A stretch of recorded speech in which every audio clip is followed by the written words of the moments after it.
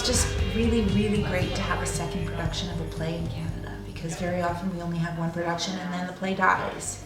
And this is the second production, and to see how they've imagined it and the world they create is just so amazing and satisfying. Are you hurt, Elena? Are you hurt? Just your feelings. Come on, get up!